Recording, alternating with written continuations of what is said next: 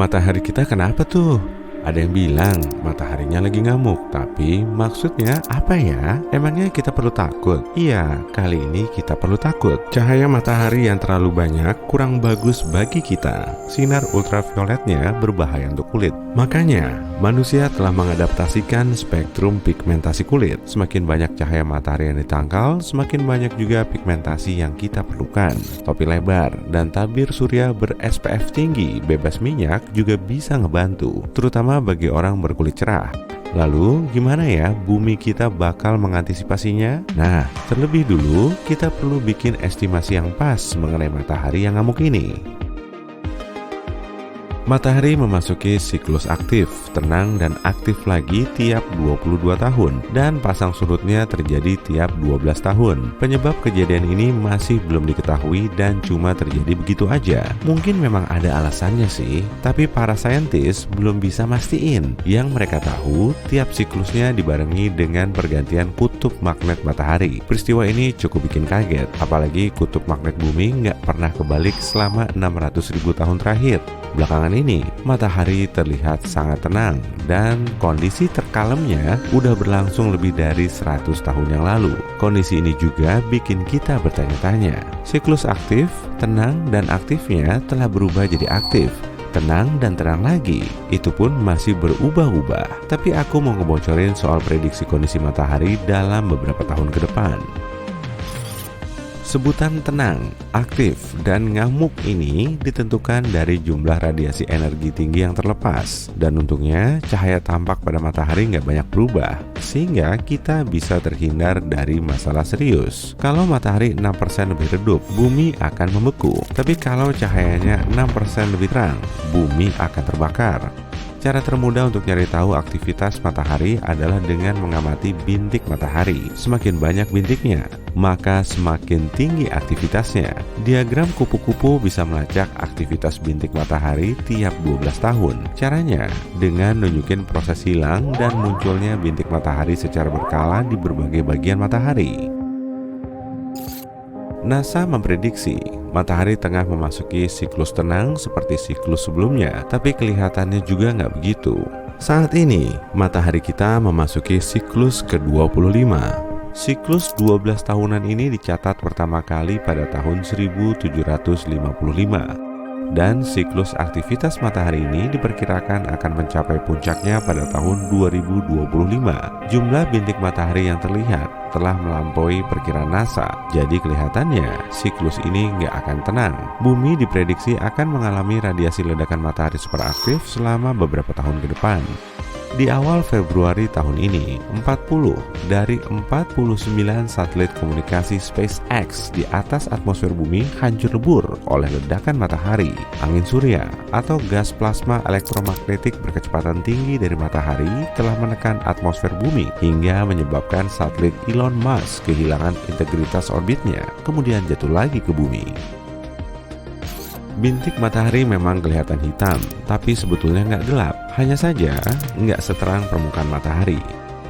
Untuk lebih jelasnya, kamu bisa nyalain bohlam 25 watt di dekat bohlam 100 watt. Bohlam yang 25 watt kelihatan gelap kan? Begitupun dengan bintik matahari. Objek ini selalu muncul berpasangan karena pengaruh badai magnetik di dalam gas plasma. Satu bintiknya bermuatan magnet positif dan satunya lagi negatif. Jarak di antara kedua bintik bisa berkali-kali lipatnya bumi, dan disinilah arus listrik mengalirkan busur api yang berasal dari gas terionisasi.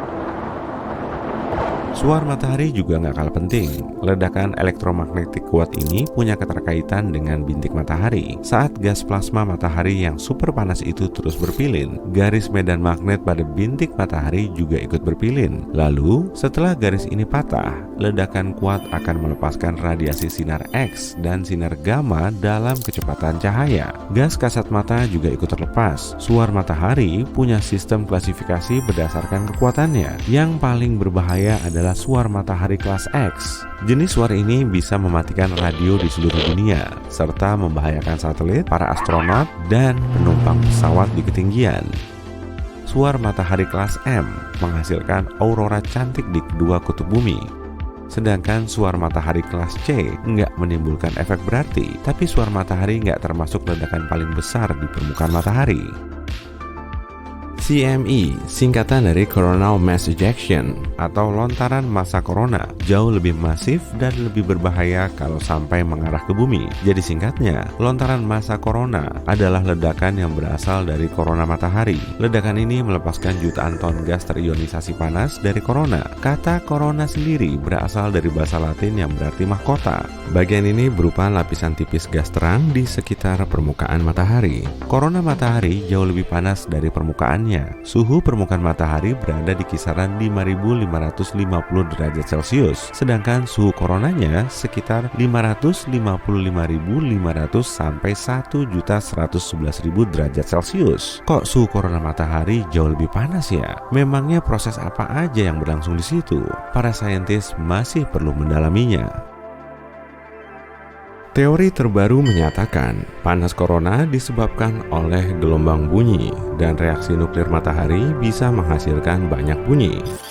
Proyek GONG, singkatan dari Global Oscillation Networking Group alias Grup Jaringan Osilasi Global, didirikan untuk mengamati gelombang bunyi di matahari. Rupanya matahari kita bisa ngeluarin bunyi atau berosilasi mirip lonceng. Makanya para saintis mendirikan 5 tempat observasi di seluruh dunia yang berlokasi di India, Australia, Kepulauan Canary, Chili, dan Amerika Serikat. Di tempat-tempat ini mereka mengamati lebih dari 10 juta gelombang bunyi yang bergerak di permukaan matahari dan sekitarnya. Karena saat ini matahari berada dalam fase aktif, kita bisa ngelihat lontaran massa corona yang lebih kuat ke arah bumi. Gas yang dilepaskan matahari kemudian terionisasi, sedangkan elektronnya terlepas oleh panas. Akibatnya, bisa terjadi badai proton di ruang angkasa yang bergerak secepat 804,67 km per detik. Inti atom bermuatan positif ini kemungkinan besar akan dihambat atau dibelokkan oleh medan magnet di sekitar bumi. Atmosfer kita nggak bisa menangkal badai proton, meski 1,6 km udara di atas bumi bisa menghentikan sinar X dari suar matahari.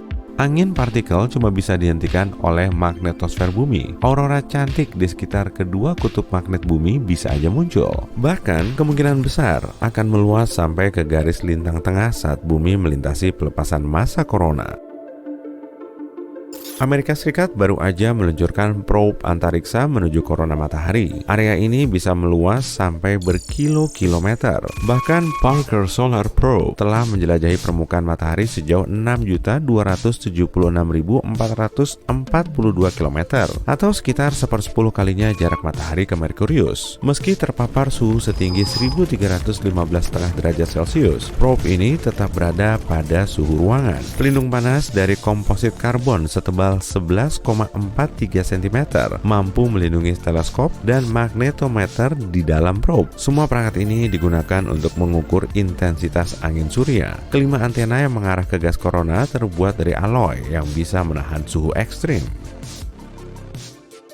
Siklus tenang matahari yang berlangsung 2 kali sekaligus kayak gini bikin kita jadi was-was. Bintik matahari sama sekali nggak terlihat di permukaannya dalam waktu lama. Seakan-akan distorsi magnetik yang biasanya kita lihat di fotosfer telah runtuh di bagian dalam. Magnetisme kuat sedang naik ke permukaan dan menembus korona.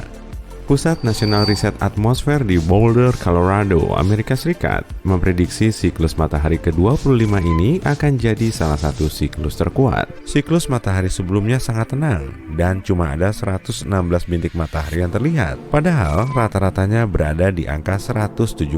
Menurut prediksi, pada siklus matahari ke-25 akan ada 210 sampai 260 bintik matahari. Makanya, siklus ini akan jadi salah satu siklus terkuat sepanjang masa.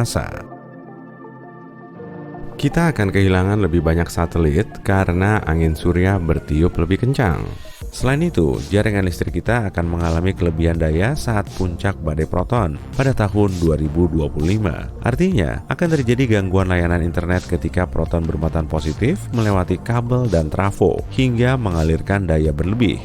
Tanggal 12 Maret 1989 silam, pelepasan massa corona kuat melanda planet kita dan mengacaukan jaringan listrik. Jangan-jangan hal kayak gini bakal terjadi lagi dalam waktu dekat? Semoga aja enggak, tapi kita perlu waspada.